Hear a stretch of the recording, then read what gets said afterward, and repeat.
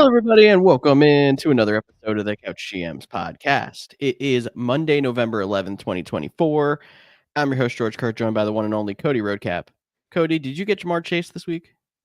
I did not. I did not get Jamar Chase, nor did I have Jamar Chase. So definitely smooth sailing in fantasy, I guess. Like, at least I got to play on Sunday, where if you had him or didn't, you didn't have to.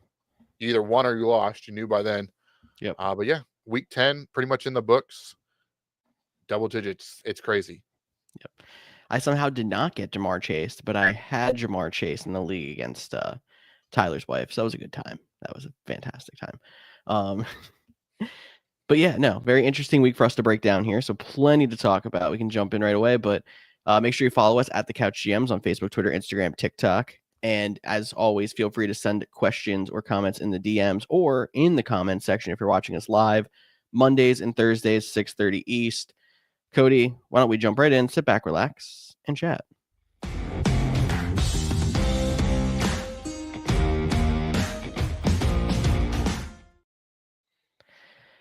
All right, Cody. Plenty to talk about. Why don't we just start off with any games that you want to talk about that you want to just pick out from the week, from a interesting week 10? Yeah, I would love to. But real quick, we are recording this on Monday, November 11th. It is Veterans Day, so just want to thank all veterans for their service. If you're listening to this on Tuesday, we record on Monday.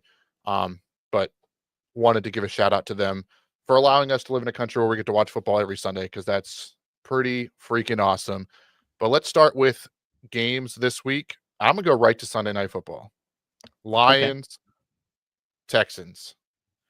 And I'll be honest with you, I wasn't able to fully sit down and watch this game from start to finish. I had some stuff going on. I caught a little bit of the beginning of the game. I got to halftime, then I got sidetracked into doing a couple things around the house, and then I picked it up in the fourth quarter. And as I was going back to watch the game, I got a tweet that was like interception leaders, and it went through it, and it said now Jared Goff's third in the league in interceptions because he had 5 tonight. I'm like, 5? How bad is this game? Like, it wasn't that bad and then I look and it's tied. I'm like, what is going on? I expected this to be the 49ers Ravens game when Brock Purdy threw 5 interceptions last week. And don't get me wrong, the Lions are a good team. It was a week thing. I think they're going to be there all the way to the end. They're going to be one of the final 4 teams. I think they're trending in that direction, barring any more catastrophic injuries. But what does that say about the Texans? This team that was very, sought after this offseason, high expectations. They had a big playoff win. You get 5 interceptions. I get they're a good team, but you can't close it out. Are you worried about the Texans? I am worried about the Texans. I mean, I also feel like they've been on a skid. If I remember correctly, that's 2 in a row they've lost, or 3 they out lost of the Jets, something like that. Last Thursday. Yeah. So, I mean, that on top of the fact, but that's the first time that a team has been down by 15 or more and thrown 5 interceptions and came back to win since 1970. I know, I don't like stats like that. Typically, it's like, well, how do you cherry pick those numbers? But when you see that something like that happens the first time since, yeah, right? When you see that something like that happens for the first time in 50 something years, you know that there was a catastrophic meltdown on the other side of the field. And this Texans team is talented, and the AFC is not that strong, especially their division. Like, their number one competitors, the Colts, and they have Sleepy Joe, who got the starting job and all of a sudden can't football anymore. But I'm worried about the Texans, and they handed the Lions that win. This is the worst we've seen the Lions play in maybe a season and a half, and they still got the win. So they're going to figure it out and keep rolling. Honestly, that might be a confidence boost that they can go out there and not play their best game and still get a win. But the Texans are concerning. For sure. And I know they're still missing Nico Collins. He's hopefully back next week. They lost Stephon Diggs. The mismanagement of the Nico Collins situation.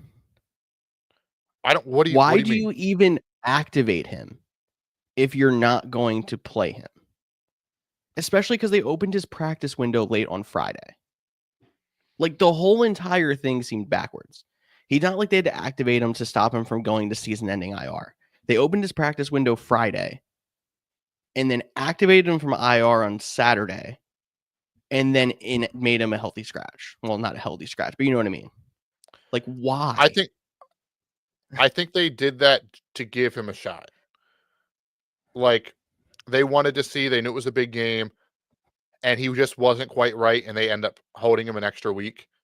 You know, it's because he was on IR, it's not apples to apples, but it's the same thing when we see a team not put a player on IR, 4 games go by, and then he comes back and like, why didn't you just put him on IR? Because you want to give your star player every chance. This team's been struggling. And the first half, it looked like they didn't need him. The second half, they couldn't score any points. They got all discombobulated. And I know there's a lot of people that are upset on that third down before Fairbairn missed the field goal that set the Lions up. About the no call pass interference. You're right. That was pass interference. It should have been called. But we've seen time and time again, you can't be in a situation where you let the game come down to officials. You were up 23-7 at halftime, getting the ball, got 3 interceptions in the second half, and didn't score a single point. I have no hard feelings for one missed call for the Houston Texans. Tough way to lose. They can still bounce back. Like you said, the AFC is super weak, especially in their division. They're probably still going to win their division and get a home playoff game. But I don't think this Texans team is as close as some people thought they were coming into the season. And losing Diggs definitely hurts. And the fact that they don't have Nico Collins back, I think they're going to be a little bit of a better offense with Collins back. But there's still a lot of solving for X that they have to do because they're a young team. And maybe fast forward 2 years, they are one of those teams that's in the works to beat the Chiefs. And if the Chiefs are still the number one, I'm sure they're going to be at that point. And be that top contender in the AFC. But I think the hype has to slow down a little bit, is what we've seen over the last few weeks. For sure. But let's talk about those Chiefs. I was waiting to see how long until you brought them up. I'll give you the floor. I know you want to talk about the Chiefs. Just when I thought we were finally going to get the poetic justice of the young, talented Broncos, another team that's been, really looking solid considering the fact they have a rookie quarterback and whatever. And this Chiefs team who can't seem to get out of their own way, yet still somehow win every single game. We finally have this perfect setup where Bo Nix gets them into field goal range, and they line up for the field goal, and the Chiefs block a field goal. And then you see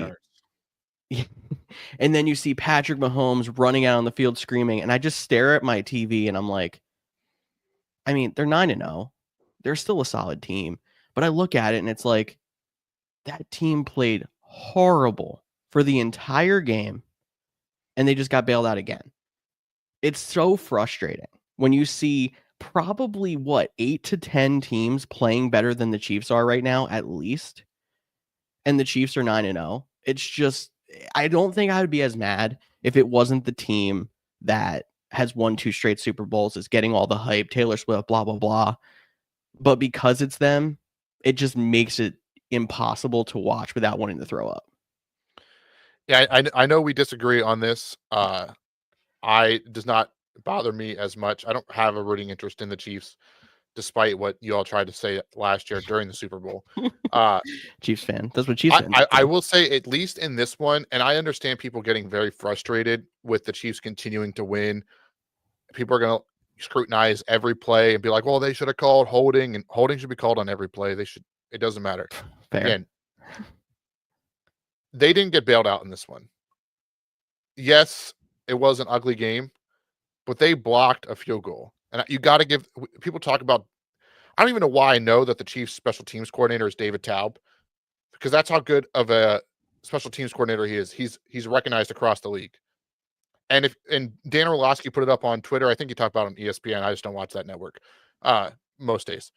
On Monday nights, I do. We'll talk about that later. But he put up, they found a weakness on that left side, and they rushed him and got him on the ground 3 times prior to that field goal. They found an instance on tape and took advantage of it when the game mattered the most, and that's what good teams do. Now, The only caveat with the Chiefs, I understand that you're frustrated. They're 9-0, and you have a little bird on your chest. And let's not forget there was a team that was 10-1 last year that absolutely fell apart. Do I think the Chiefs absolutely fell apart? No, but not to look too far ahead to Thursday. They got a big matchup with the Buffalo Bills coming up this week that we're going to break down then. And I think that might be the time where they get their first loss in Buffalo. That's a very true statement, because you almost have to look at, I know luck is not something that you can tangibly measure or figure out how much luck each team is going to get, but you know there's luck involved in the NFL. There's a lot of skill. There's a lot of good coaching. Like you said, that blocked field goal was a good coaching move. It's what good teams do. But there's a certain amount of luck involved too, and you have to question if they're using it all now. And the Eagles example is a good one. And maybe we'll check in 5 weeks and see if all of a sudden this 9-0 team ends up being 10-4. And if that's the case, then it's like, ooh, there's the cracks are showing. We don't know. Or you could look at it as they're winning ugly, and maybe they're the team that's going to peak at the right time. And then we're going to have a repeat of what we've had the last 2 years. We don't know. Time's going to tell. I think that game against Buffalo, Josh Allen's going to show up for it, because Josh Allen has been bit by the Chiefs way too many times in his career. And that Bills team, despite not having the star power or the offensive consistency that we've seen them have in the past, is still a very good team. For sure. And, the one thing for Buffalo is sitting at 8-2 right now. The Ravens, I believe they're 7-3. You would know better what their actual record is. I think they've lost 3 games now. Correct. Those are the two juggernauts that are going to beat the Chiefs. And if the Chiefs can pull out the game in Buffalo, again, don't want to talk too much. We'll talk about it on Thursday. Could start to have, pretty good eyes on that number 1 seed. Buffalo needs this to get the game in Buffalo and not KC come playoff time. But again, I'm going to put that on pause. We'll talk about it on Thursday. Another game I want to talk about, Kansas City, Buffalo, overtime controversies. 49ers, Buccaneers goes to overtime. 49ers win on the first possession. So I'm going to ask you real quick, and then we'll talk about the game. Do we need to expand playoff overtime rules to the regular season? Yes, but I would have said that even before this game. I know, but it's just another example that, it throws it out there. It wasn't like the Germany game that went to overtime. They fumbled on the second play, and then the Panthers were able to win their second straight game. Man, the Giants are rough. Back to the 49ers Buccaneers. To your point, I actually heard someone on a Packers podcast. It was on bye week. They were talking about the week slate. They call the Buccaneers the anti-Chiefs because they're doing everything they can to win, and they're on a 4-game losing streak. They lost by an overtime, or was it overtime for that game? I think it was. Yeah. No, it wasn't overtime for. You're going to let me talk about this. It was the last second field goal. Last second field goal. For the 49ers. They lost in overtime the week prior to the Chiefs. Got them backwards. No wonder you looked at me funny when I was like, but yeah. And then they lost by a couple points to the Falcons. Like, the Buccaneers have been playing really well and just can't seem to get in the win column. And despite the AFC being weak, the NFC is not. And that could come back to haunt them. I like the anti-Chiefs designation too, because there's a lot of similarities. How the Chiefs have lost a couple of wide receivers to injury, the Buccaneers have as well. I mean, the Buccaneers are on the opposite side of the luck as well. You got to think that with Baker Mayfield playing as well as he has, even without some weapons, they're going to start to figure it out. But then I'm also looking at the 49ers got Christian McCaffrey back. We can talk about that for a couple seconds after my point here too.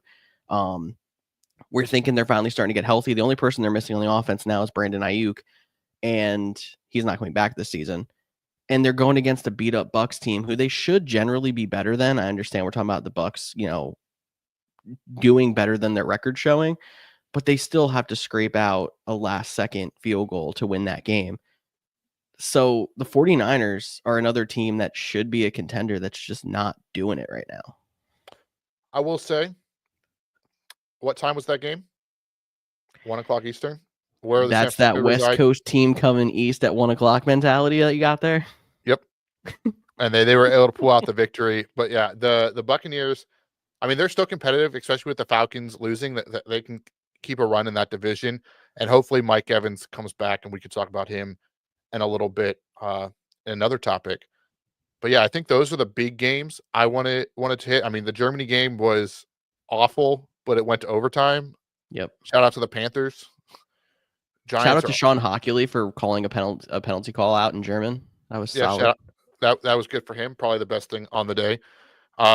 It's already, the Daniel Jones getting benching seems to be more and more likely as he now has the $23 million injury clause in his contract, and that becomes fully guaranteed if he can't pass his physicals. So they might try to protect him and protect themselves and get out of that. I mean, last time we saw that was Russell Wilson, and he actually got benched and then traded. So yeah, I mean, I don't think anybody's trading for Daniel Jones, no, even in the but like a offseason. post June 1st cut next year wouldn't be as shocking, and they just eat the cap hit. If I'm the Giants, I'm not doing post June. I'm taking the whole cap hit that year. Like, just full on blow it up and let With Dayball their coach. situation and needing basically a rebuild, yeah, that's a good point. Let Dayball coach one more year. Decide if you don't love the quarterbacks this draft class, take Travis Hunter, the best player in the draft class, and then get your quarterback in the following year.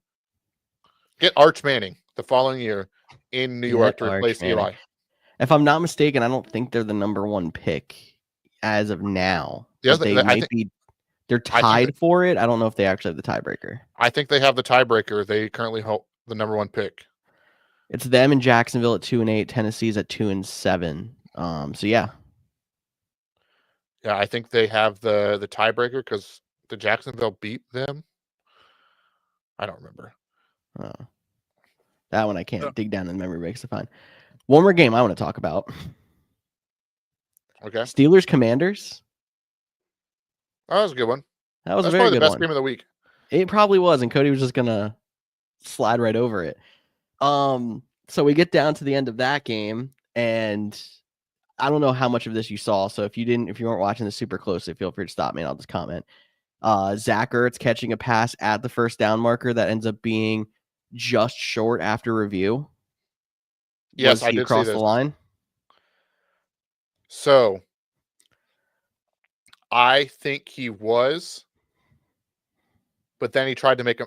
If they would have gave him forward progress, but he wasn't touched, and he tried to then do that twist move because he brought the ball back and then moved when he got touched. I think it was the right spot. I think it was darn close. I don't know how we didn't even get a measurement. That's the one question. Is like, yeah, how did we not even get a measurement? Like, how I thought for sure after the review they were going to place the ball and measure it. We didn't get that. And then the Commanders unfortunately weren't able to pull it out, and the Steelers continue to win games. So yeah, the next thing I was going to point out was jumping off sides on that 4th and 1. You have to think they're just going to try to draw you off on that case and then punt you deep. But yeah, maybe not. I'm pretty sure, and I didn't see this on Twitter or anything, so maybe I'm just making stuff up in my head, but I'm pretty sure when they cut to Mike Tomlin on the broadcast talking to Russell Wilson before the play, he said, "Don't snap the ball. Don't snap the ball." That was my best lip reading. I'm not going to act like I'm a good lip reader, but the worst thing for me too is it wasn't the edge guy. It was literally the defensive tackle that's head is literally looking at the ball. Exactly. Like that guy specifically should not be listening for any kind of snap count. He should be watching the ball. So unless the center moved the ball a little bit and got away with it, which I mean, that kind of gamesmanship happens. Sometimes the centers get away with it. There's no reason he should have jumped. No, that was a good one. I almost overlooked, but yeah, I can't believe that happened. It was a great week of football, except the afternoon slate. Not a lot of good games there. Jets look awful. The 3-game slate is all it was, and every game was one-sided. Yeah. But we got one more game to talk about in a little bit. You have on our rundown some fantasy trade deadline strategies. That's probably this week, next week, or up to Thanksgiving week. That's the one thing about fantasy football. Every league's a little bit different. Some leagues push it back. Some people do it earlier to mimic the NFL. You have any buy low or sell high candidates you want to talk about? So just starting off this year, and Cody and I were talking about this pre-show, it is extremely hard to figure out people's values.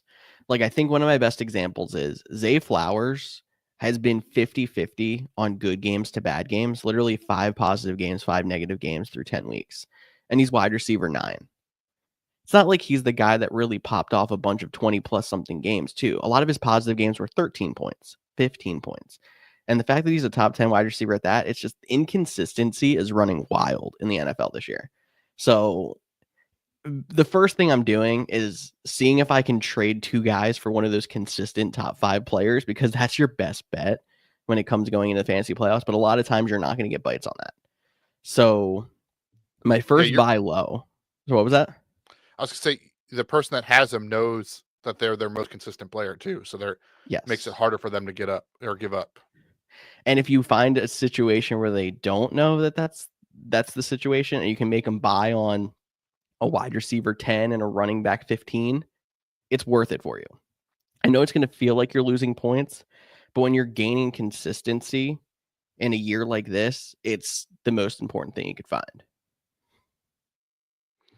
For sure. So who's your first buy low? I think that's where you were going before I cut you off. Yes. So recently coming off of injury, a lot of targets this week, despite the Vikings playing a very poor game on offense. It was probably the worst Sam Darnold game of the year. TJ Hawkinson could be the diamond in the rough we've been waiting for at tight end. I mean, we've had some decent players otherwise, like Brock Bowers has been solid. We've seen a resurgence of Travis Kelce over the last few weeks, but TJ Hawkinson looks like he's going to be legit once he gets up to speed. Yeah, and what I like about this, it's the tight end position, so it's not like you have to go out and give up your number one running back. You give up wide receiver 2, maybe you throw in 2 flex players for a tight end if you really want TJ Hawkinson, understanding that the position itself is pretty volatile. But yeah, I think he is a guy that you can go out and target. And then another guy that I would recommend for a current buy low, and I actually got a trade offer this past weekend for this guy, and it was very hard to turn it down because I still felt like I was giving up too much. But Mike Evans sounds like he's coming back from injury soon, maybe this week, could be an additional week.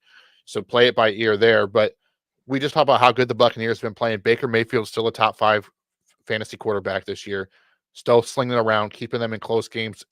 Let him get a true number 1 target back, get some touchdowns. I think he could be a piece that you could go out and make a move for to help make a run as we progress into the fantasy playoffs. Especially, actually, we were talking about this with a friend of the show, Kempy. Um, he's in a situation where he owns Mike Evans and he's bottom of the league currently. Still has a shot at a playoff run, but he's in a win now, must win now situation. Perfect time to go get a guy like Mike Evans who might miss one more week, and he can't afford to lose that week or play that week without Mike Evans. Yeah, Kempy's the one that offered me Mike Evans in the trade. So see, how about that? it was very close, Kempy. If you're listening, I screenshotted it, I debated it, and I just couldn't pull the trigger.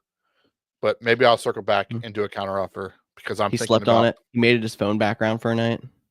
exactly. That's what you do with fantasy football. You screenshot your trades and you think about it and you dwell on them, or you look back on the trades and you're like, man, if I would have accepted that, where I would be right now. George just got reminded of a trade he didn't take that now he wishes he did take. But that's all In a that dynasty league, even in worse. a dynasty league. Dynasty leagues are extra tough when it comes to trades too, but that's what makes them so much fun. Any other buy lows? I know there's not a ton. I know Tyler mentioned Jalen Waddle a couple weeks ago. He had a really rough week last week. If he has another bad one, I don't know if he's in that consideration. But we're going to talk about Waddle in a bit, though. And there's been that little bit of a change because Tyreek Hill, who is active tonight, just a little teaser to later, is dealing with a torn ligament in his wrist. If it limits him, you have to think it helps Jalen Waddle at least a little bit. So maybe slight boost to his value, maybe worth taking a look at him as a buy low. But he's been like the most inconsistent of those wide receivers in that, solid wide receiver 2 range. So it's a tough thing to psych yourself up to make that move unless you're going to give away like nothing. Yeah, definitely. Like, it's not a guy that I'm going to, go put a lot of stock into, but if you could get someone's frustrated and you can get them, might not be the worst case scenario. So let's talk about some of those sell high potential guys. The first one, you might sound crazy because you asked me at the top of the show, Jamar Chase. Did you get Jamar Chase? And the reason I say that is because he peaked. He's not going to score any more points. His value is probably at the highest. People just watched you win a week on Thursday, especially if you played against him. They watched that. They didn't have to pay attention on Sunday. And they always go up for the Ravens. T. Higgins isn't back yet, and they've been, he hasn't really had that great of a time without T. Higgins. T. Higgins hopefully should be back after the bye week. Similar situation. Bengals are on bye this week. Someone might need to win now after getting a big win. Could you go? And this is the thing. If you have Jamar Chase, you're not just trading him for, Jalen Waddle and Alvin Kamara, right? Like, that's not what I'm talking about here. Could you get Jamar Chase and go out and get Mike Evans and CMC after this week? Yeah, I was going to say, like, my package would be like Kyron Williams and an every week starting flex. Like, something big is what I'm thinking. And when you look at the numbers, you have a really good point. They always get up for the Ravens. He's had 2 games over 30 this year against Baltimore and against Baltimore. They don't play them anymore. And then his only other game over 20 was against Washington in week 3. Obviously, solid player, but he's actually been inconsistent as well. He's had 4 weeks under 10 points and a half PPR.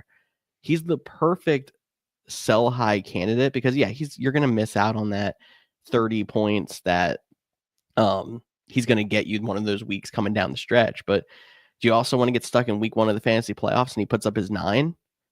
Like, if I can go out there and get one of these top 5 running backs who's putting up 15 as a floor every week and then also get another guy, I would have to at least consider it. For sure. While we're talking sell highs, right now we got a question, trade question. Let's talk about it. Chris asked, should I trade Brian Thomas Jr. and Roschon Johnson for DK Metcalf and Jonathan Brooks? Yes. Yes. If that is something on the table, 100% yes. Brian Thomas is really interesting because I do think he's still going to end up being wide receiver 1 in Jacksonville, but with him dealing with whatever injury he is, and then also not having Trevor Lawrence hopefully he's back next week, but we don't know. The ceiling's not really there right now. So, if you're holding him, it's either because you can't get value for him or you're hoping he comes back into form. But if you can get DK Metcalf, yes. Yeah, and like I said, I know Brian Thomas has looked good, especially with Trevor Lawrence. So that's why and DK's been a little bit banged up. But yeah, I would go ahead and make this trade. Chuba Hubbard looks to have a control on, I don't want to not talk about the other pieces, but Chuba Hubbard looks to have control on that. Jonathan Brooks is more like a handcuff, maybe get in a couple plays. You have to see it to believe it, but that's pretty much what Roschon is anyways. The number 2 behind DeAndre Swift might get a touchdown here or there. So for me, I like the upside of DK Metcalf versus a Brian Thomas. Definitely, we're on the same page there. Here we go. Another question about tonight, but it popped up, so I want to answer it. Malik asks, I need 37 tonight from Achane and a QB. I have Tua in now, but should I switch to Stafford? George, this is a tough one because he might win or lose based on what you say. Yeah, thanks. And you're going to just not answer and put it all on me, right? No, I'll answer. I think I like Stafford a little better. I'm with you. I like Stafford too. We just talked about Tyreek Hill potentially being banged up. You have Achane who's going to get enough points. That's good. Get Stafford. And again, it's a pretty close call. It's a coin flip either way, but it gives you a horse in both teams. So if the Dolphins go out and really struggle, you still have a chance if Stafford goes out and lights it up. If the Rams struggle, you still have Achane. So when it comes to like those little details, those are the kind of things I like to think about. Doesn't always result in W's, but I would go with Stafford in this one as well. My argument for Stafford is the Rams, even though they're both these teams are run first teams, the Dolphins are very dependent on the big play. And if you don't have that big play break by Waddle or Hill, a lot of times get a very mediocre game out of Tua. Stafford and Kupp and Nakua just slowly eat you up. and they're always going to be out there catching these 10-yard slants, catching these out. Like, you're going to get more consistency out of that because it's a big part of their game to just have that intermediate game just eat you up, even though they are a run first team. So I think you're going to get more opportunity with Stafford.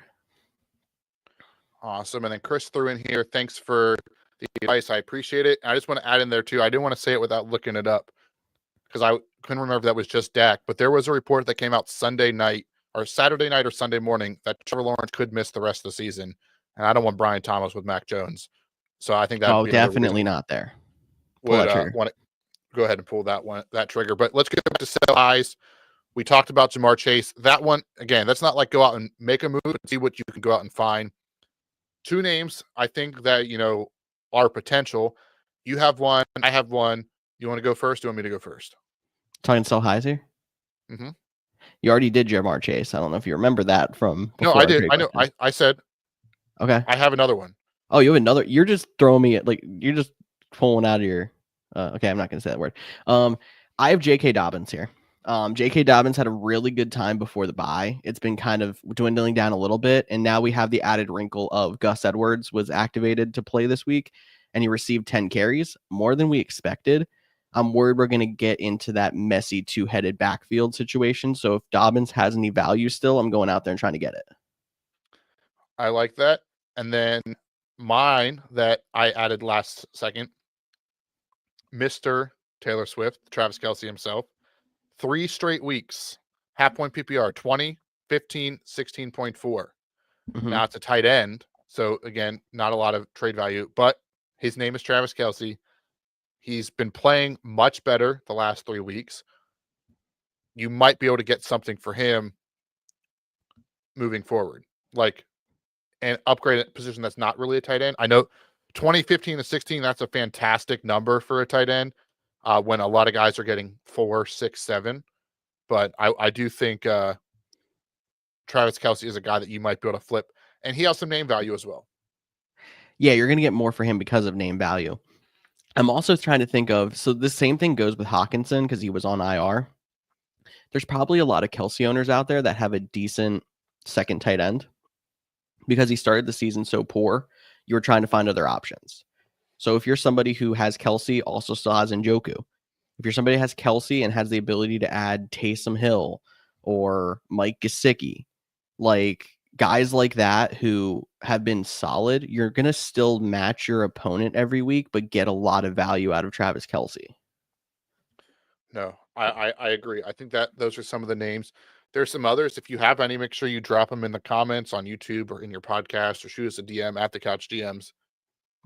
George, we forgot to do something last week that's a staple of this show. Oh, no. Mid-season awards. Completely blew through that in the mid-season. So let's do a lightning round-ish.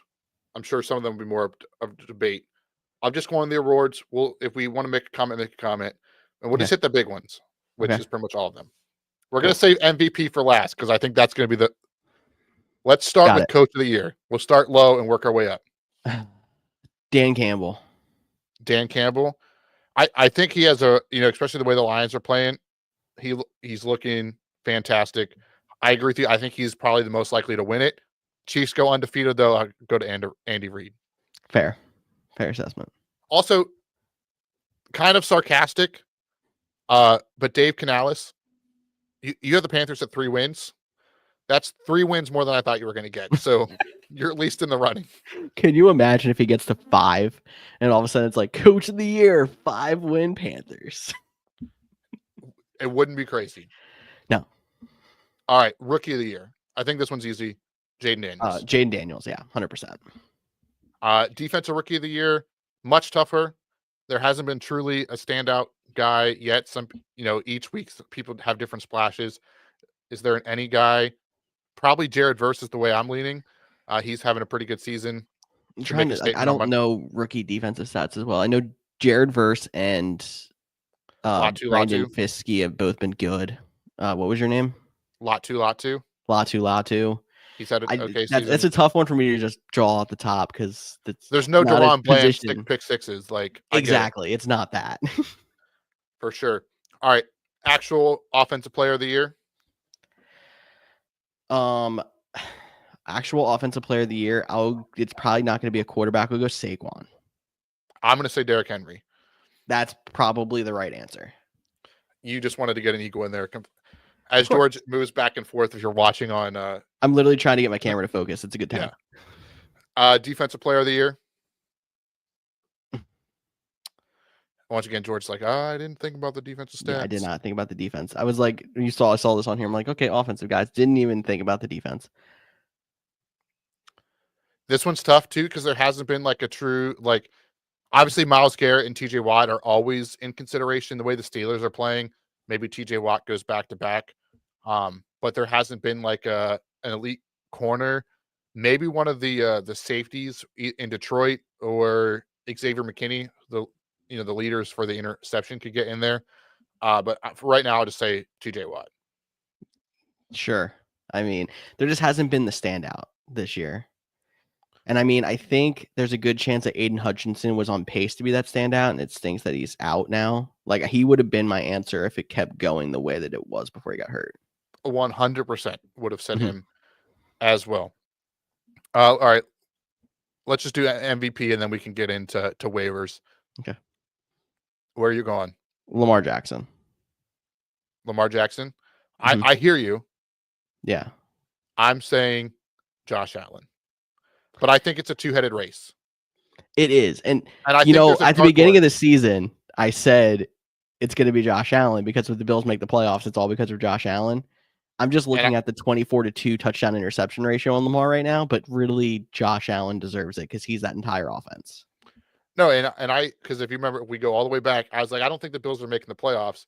But George, I hate you for taking Josh Allen to win MVP because if they make the playoffs, he's the MVP.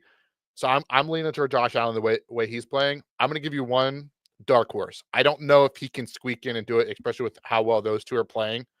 But Kyler Murray has been playing fantastic the last couple of weeks. The Cardinals are number one in that division. Their defense is playing great. Gannon's should be up in that conversation for Coach of the Year as well for how well they have played. Granted, they've done it for 4 weeks. Now we need to get it to 8 weeks and then to 12 weeks to wrap up this season. But if he goes on a tear, I think he can at least get him named in the conversation, but it's going to be hard to unseat Lamar or Josh Allen at this point. Agreed, but I'm glad you brought him up because him and the Cardinals have been doing fantastic over the last 4 weeks. For sure. I'm really excited. They're a fun team to watch. And what I really like about that team is they're starting to find ways to get their playmakers involved. You're seeing Marvin Harrison Jr. get more involved. You're seeing James Conner continue to be himself, but they're getting Trey Benson more involved. Like they're just starting to find it and click. I still think they're like one pass catcher away from being a true elite team, but that's no disrespect to Trey McBride as their number 2 option. He is an elite tight end, and that team is on the rise, and excited to see how that one plays out. I think that's all the awards. Is there any that I missed? Comeback player, which we don't really know how they grade comeback player anymore. Yeah, it's probably. So if you go, did I hear it can't be Rodgers or something? Well, it depends. Okay. If it used to be injury, like injury did it, like Alex Smith, like everyone wanted them to change the award, right? Name to the Alex Smith Award for his comeback. But then was it last year or was it 2 years ago now? Geno Smith won it. And people were like, well, what did he come back from? So that was 2 years ago. And then Flacco won it last year, if I remember correctly. So everyone thought Rodgers was going to win it because if he comes back and gets the Jets to the playoffs after an Achilles, no harm, no foul. I think if the Falcons get there, you could talk about Kirk Cousins potentially getting there. But if it's based on talent or skill, despite the 3 interception day, Sam Darnold's looking like a really good candidate this year. Yeah, I think that's how they didn't like it being based on injury. So if that's the case and that's how they're told to vote, it's got to be Sam Darnold. Yeah, I'm trying to think off the top of my head if there's any other guys that are in the consideration for potential. Is there any defensive player, not that I can think of, that could like supersede a Sam Darnold or a Kirk Cousins? I think those are the two the two front runners for sure. I'm trying to think. The other Cowboys corner that's not Jerron Bland. Oh, Diggs, what was that? Trayvon. Diggs. I don't think he's really, because he's been still in and out with injury too, but interception this week, like he's the other person I think could be. But again, that was injury. So never mind. I don't think injuries completely rolled out. Okay. I really don't. I think it depends on who the candidates are Mhm. when it comes down to the season. If injury is the tiebreaker or if it's the reason they don't get it. We'll have to wait and see. We got 9 more weeks for that to play out. These things could always shake, twist up. We are already 40 minutes in and just getting through waivers. Good thing is, not I'm a in ton of focus? waivers. Oh, okay. Oh, that too. You are in focus. I think you look better blurry. It's 100% true. I don't know why people watch this, let alone listen to my voice. We've been wondering that too. Send applications to the Couch GMs at the Couch GMs on any play if you want to replace tours. We're happy to look into it. In the meantime, buys this week, just looking ahead to week 11, Cardinals, Giants, Panthers, and Buccaneers. I mean, we'll obviously talk about more how to fill your fantasy teams, but it's always good to take a look ahead and see who you might have to replace in your lineups this week. Wide receiver seems to be the biggest waiver wire position as of now. Obviously, I'll just start with the guys that we've been talking about the last few weeks. The two 49ers guys, Juwan Jennings, who led the team in targets this week, and then Ricky Pearsall, who got a long touchdown. So two guys that are still pretty widely available that shouldn't be. I just dropped Ricky Pearsall this week, so because I needed someone to fill in, and I'm gonna have to fight on the waivers to pick him back up. It kind of frustrates me. It's unfortunate. I mean, I honestly wouldn't have thought in a redraft Ricky Pearsall would have been super effective, just because of having Debo back, and then you have Juwan Jennings back, like third on that depth chart. But it seems like they have a role for him. Yeah, it definitely, and I think it'll be interesting to see as they move on. Could he be the guy? Is it Juwan Jennings still, or does Pearsall starting to eat into his snaps? I think that's gonna be interesting to see. And Debo still isn't fully back to Debo Samuel. That's something else too that plays into a factor. As he gets healthier, do any of these guys start to slide? It's a fair statement. We have a interesting wide receiver room in San Francisco, but all of them should be owned because of the potential of that offense. Another guy who was on bye and didn't get added a lot, but has been going off before his bye week, Cedric Tillman in Cleveland. They also announced that it is still Jameis Winston at quarterback. That is expected for, until otherwise said. Cody's eating W's, and you could be eating W's in fantasy with Cedric Tillman. You could. That's a lot. Quentin Johnston, he's another guy. He got a touchdown this week. He's been, he's up. It's basically like him and Lad McConkey, and they don't throw the ball a ton. I think they're only averaging like 20 to 23 passing attempts. So it's not a high probability that they're going to get the catches and the touchdowns. I still tend to like Lad McConkey better, but Quentin Johnson has his weeks as well. If you need a spot start, it's not a bad option. And then two on here that are maybe slightly deeper cuts. First one's Adonai Mitchell. So we don't really know what's going on with the wide receiver room in Indy because we have Michael Pittman dealing with a back injury. He's been playing through it, but then didn't play this week. He's already kind of stepped down from the wide receiver one as Josh Downs has stepped in. We obviously have Alec Pierce, who seems to kind of be the deep ball threat. So maybe he's not the consistent guy to play every week, but he's going to get his. And then we have Adonai Mitchell, who seems like he could be a big play waiting to happen. And he started to get a lot more targets over the last 2-3 weeks. So gaining favor, he could be somebody that's at least worth stashing. Yeah, and it's always tough to stash in week 11, but I do like that as a potential guy to pay attention to. If you need a start, I'd rather go Quentin Johnson. If you're looking for a potential guy down the road, I'd go Adonai Mitchell. Exactly. And then another current wide receiver 2 is going to be a wide receiver 3 by the time you get him on your roster, more than likely. But we've been talking about how frustrating Tank Dell has been this year. I'm keeping an eye on John Mechie because there's a chance that he's going to have a role next to Nico Collins when Nico Collins gets back, because Tank Dell just hasn't been consistent. Yeah, I still don't know if I'd go out and pick him up just because we expect Nico Collins to be back this week. But it is worth noting that Tank Dell is pretty much primarily a slot receiver. So is Cooper Kupp. So like slot wide receivers can be dominant. But there's still going to be wide receivers on the outside. Mechie kind of has filled in for the absence of Nico Collins. Now Nico Collins is going to come back. They still have to replace someone on the outside in Stephon Diggs, so he could still have a role. So I do like him as a deep dive as well. Not someone I'm starting this week, but if you need someone in a pinch, I think you can go with him. Definitely. Any other wide receivers to add? I don't think so. I think we hit most of the wide receivers. I mean, we could go down with the guys we've mentioned before, but they're probably owned by this point. Definitely. Running back position. The number one person who I've kind of seen people trying to eat at is Audric Estime in Denver.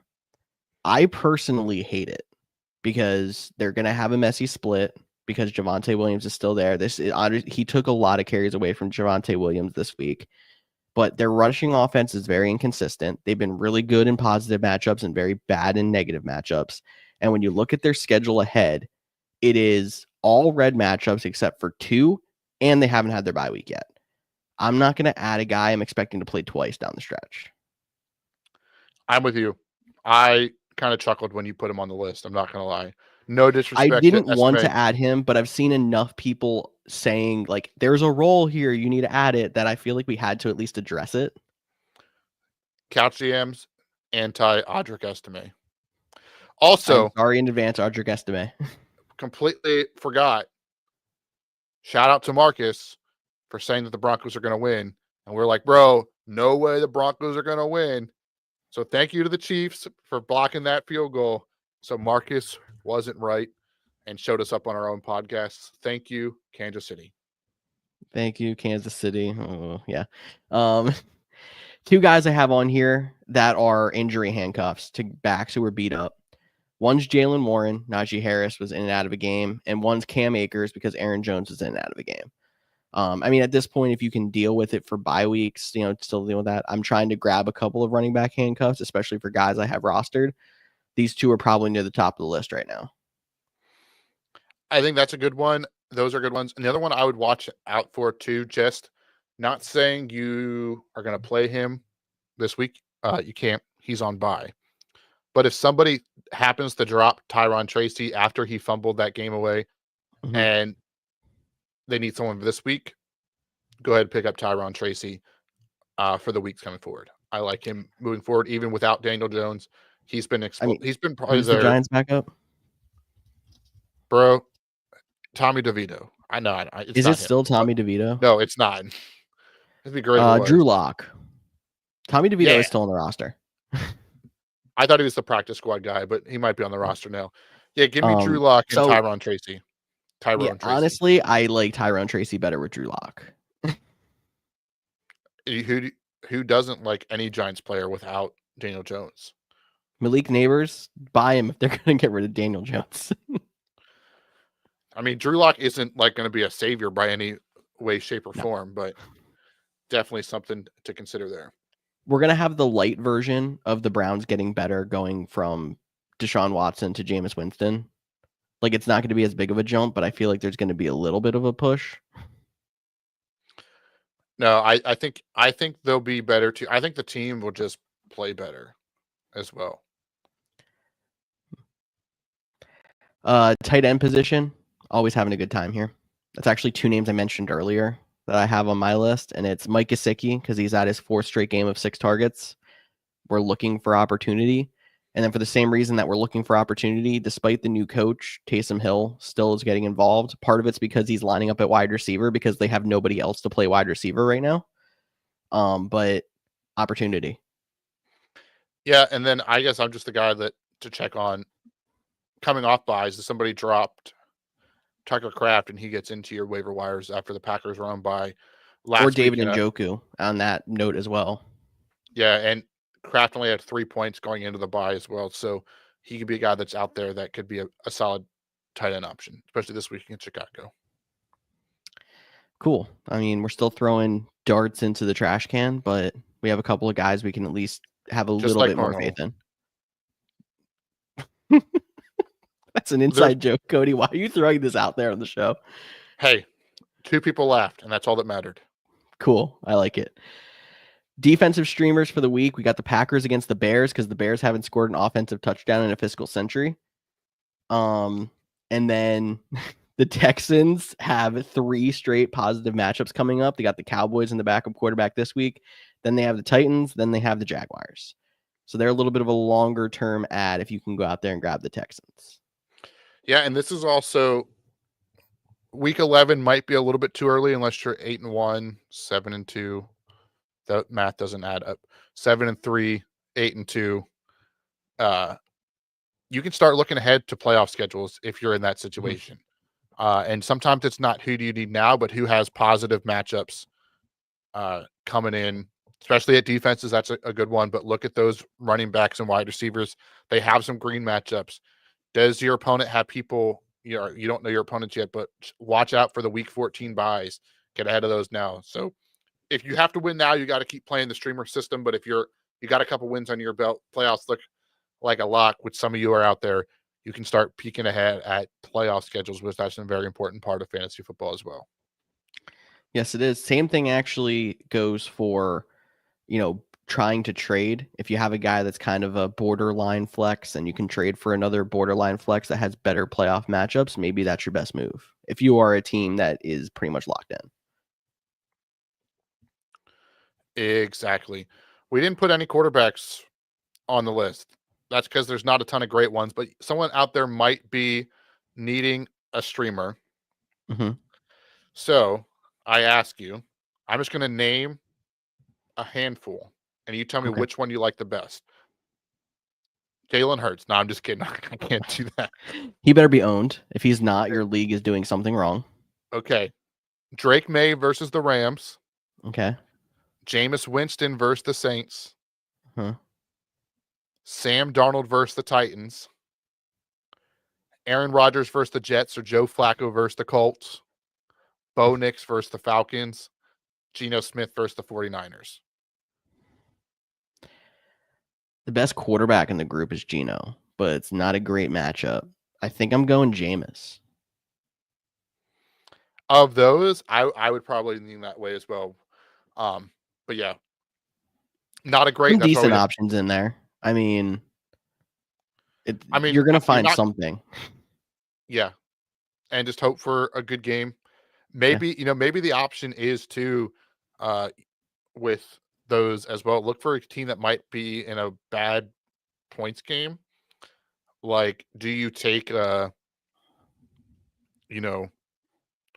Will Levis versus the Vikings, right? Like, you expect the Vikings to win that game and just hope that he has to pass a lot in the second half.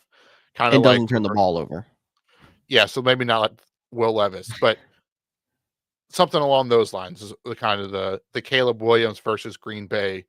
Can he have maybe that's back? the argument for Geno Smith too? Like, if you think that the Niners could be leading in that game, I don't think it's going to be a blowout, but if you think they're going to be playing from behind, and if he gets DK back, I think that's another big note.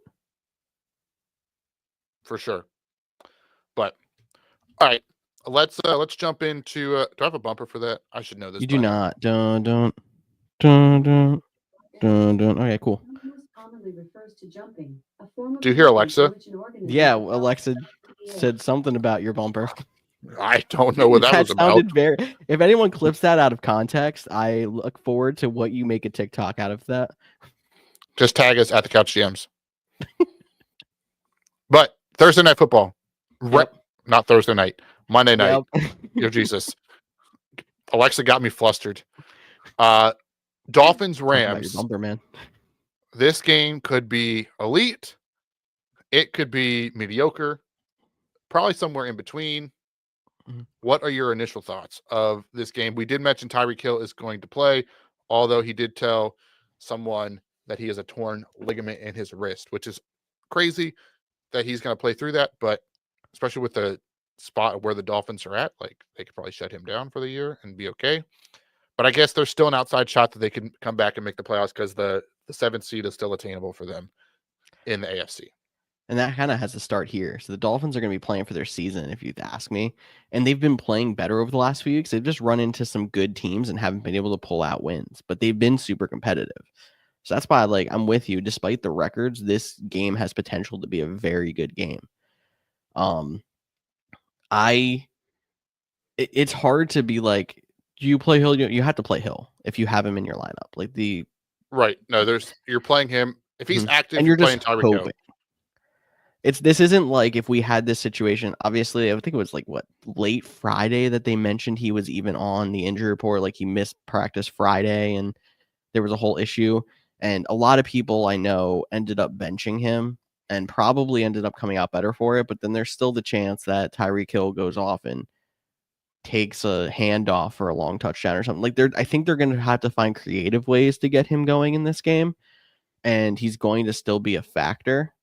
And maybe I'm just talking this into existence because I need a whole 4 points out of him to win a game, but I don't know. 4 points.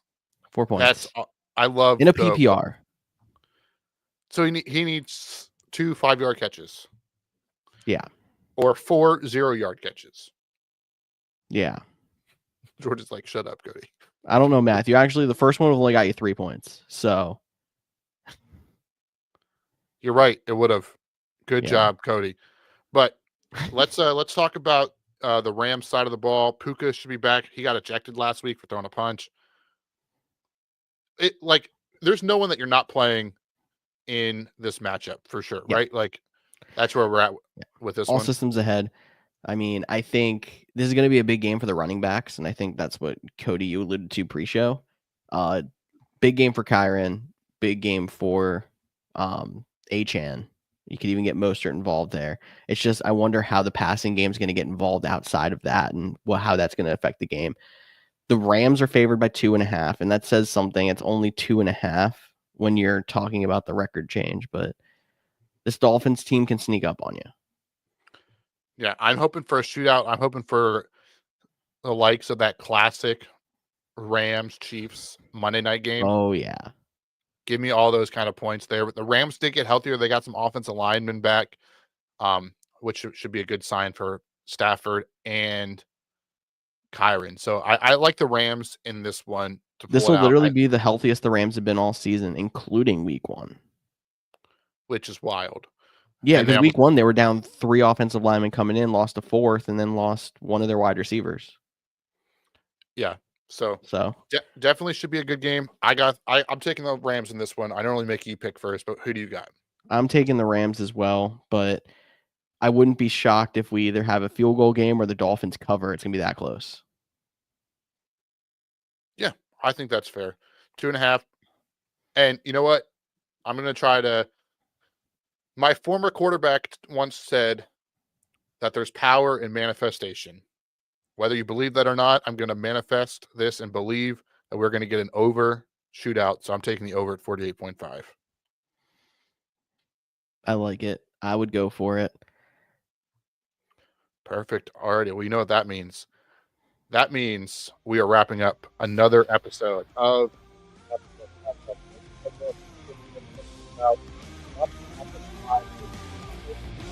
6:30 p.m. Eastern, and the podcast drops in your feed the next morning at 7 a.m. Make sure you're following us on all those good social platforms. Let us know what you need to win your fantasy matchups, or if you have trade advice, we'll be happy to help. I'm Cody Orcap. That's George Kurth. We will talk to you all on Thursday.